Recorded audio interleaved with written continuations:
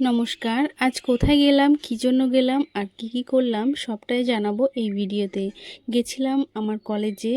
আমি যেহেতু D.El.Ed course করছি তাই কলেজে তো যেতেই হবে। আর আসছিল কলেজে পিকনিক।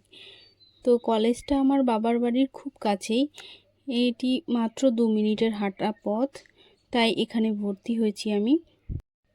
এই কলেজ থেকে আমি বিএড কোর্সটিও করেছি, কিন্তু দুঃখের বিষয় এই পর্যন্ত একটাও এসএসসি দেওয়ার সুযোগ পাইনি। কলেজ পিকনিকে অ্যাটেন্ড করার উদ্দেশ্যে আমি বাড়িতে যাইনি, গেছিলাম আরও দুটো কারণে। আমাদের জন্মদিন, আমার আর বোনের জন্মদিন ছিল, আর ছিল মা বাবার অ্যানিভার্সারি। তো আমি আর আমার ভাই দুজনেই মিলে গেছিলাম, যেহেতু ভাইও ডিএলএড কোর্সটি করছে সেই জন্য। আর ভাই সেকেন্ড ইয়ার আর আমি ফার্স্ট ইয়ার। তো আমাদের কলেজটিও দেখিয়ে দিলাম, খুব সুন্দর, খুব সুন্দর সাজানো গোছানো পরিপাটি।